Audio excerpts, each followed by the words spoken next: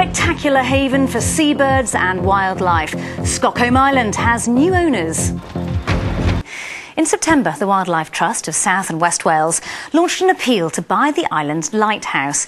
And today, on the Trust's 100th anniversary, it had the keys for what will become a unique place to stay.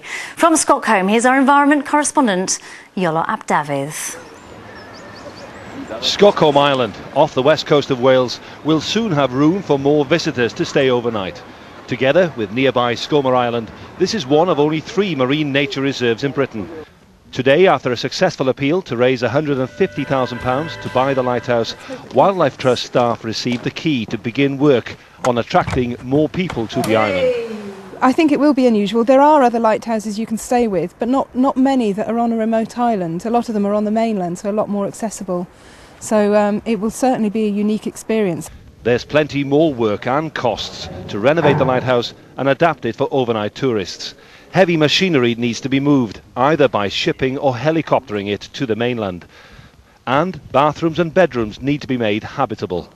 But another £100,000 is needed to complete the renovation of this lighthouse, and the 4 bedrooms beneath me then could well be the most popular on the entire island. Already, volunteers for the Wildlife Trust have renovated a bunkhouse and an old cottage on the other side of the island, which once housed Britain's first bird observatory. You learn new skills, you meet new friends, and you have that sense of team working. And of course you have the chance to be on a fantastic island. Many are now visiting Skokholm as well as Skokholm. Both islands have stunning scenery, but more importantly have internationally important colonies of seabirds. Amongst the most iconic are the puffins, but the main wildlife focus are on the Manx shearwater and storm petrels, who feed mostly at night. With the Wildlife Trust securing the lighthouse, conservation and developing a new tourist attraction is now being managed by a single organisation. It does look spectacular. Now, it's a... datblygiad newydd ar ynys Skokholm ger arfordir Sir Benfro. Gyda'r allwedd yma, mae Ymddiriedolaeth De a Gorllewin Cymru wedi prynu a chael mynediad I oleidu ynys Skokholm. Y dasg nesaf ydy paratoi y goleuddu ar ystafellodd ar gyfer ymwelwyr.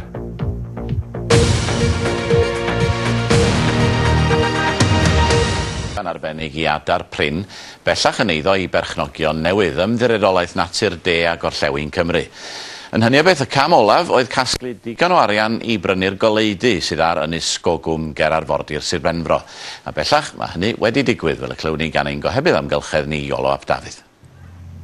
O holl warchodfeydd Ymddiriedolaeth Natur De a Gorllewin Cymru, tua 90 I gyd, mae ynys Skokholm ymhlith y mwyaf gwahanol a neilltuol. Ymhen pella Sir Benfro, mae yng nghysgod ynys Skokholm, sy'n fwy o faint ac yn denu mwy ymwelwyr. Ond mi alla hynny newid ar ôl i'r ymddiriedolaeth sy'n rheoli'r ynysoedd godi 150 o filoedd o bunne I brynu goleuddu, a heddiw I gael mynediad i'r adeilad. Beth ni'n gobeithio wneud fan hyn yw newid e mewn I llety ar gyfer cael fwy o bobl I cael y cyfle I ddod draw fan hyn I sefyll. A le mae'r goleuddu, mae fe'n reit ar bwys yr ardal fwyaf dwys o adar Drycyn Manaw yn y byd I gyd. Ond mi fydd angen llawer mwy o arian I gwblhau'r gwaith. Cyn addasu'r goleuddu, mi fydd angen symud hen beriannau i'r tir mawr, naillai mewn hyfrenydd neu ar y môr, cyn dechrau plastro, peintio a dodrefnu. Ond mae angen 100,000 o bunnau I gwblhau y gwaith ar y goleuddu yma, ac yna mi fydd y 4 llofft oddi tannau fan hyn gyda'r rhai mwyaf trawiadol ar yr ynys. Yn barod, mae gwirfoddolwyr wedi cwblhau gwaith ar henfeidu a bwthyn ym mhen arall yr ynys. Mae jyst yn hwyl I wneud o. Dach chi'n cwarfod pobl newydd a cwarfod ffrindiau newydd. A dysgu'r sgiliau yma, hen grefftiau mewn ffordd sydd wedi cael eu colli bellach.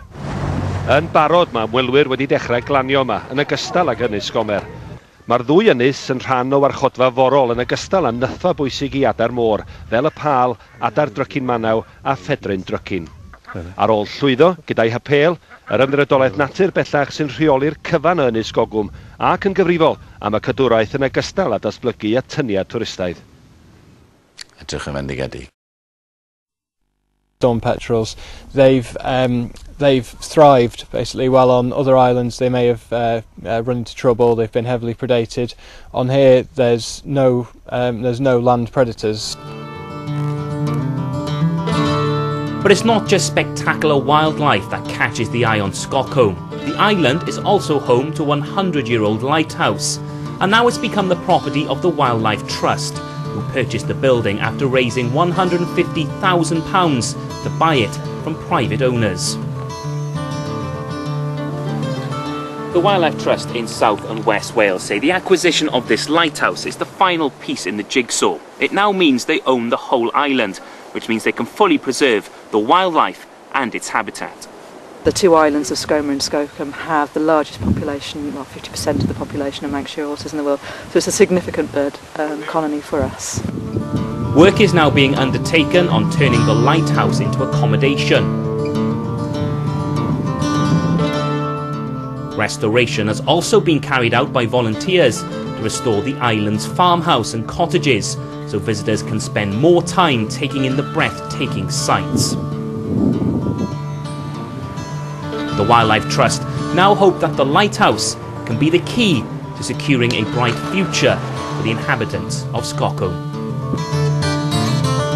Dean Thomas, Wales Tonight on Skokholm Island. See, they can now start driving things forward. Absolutely.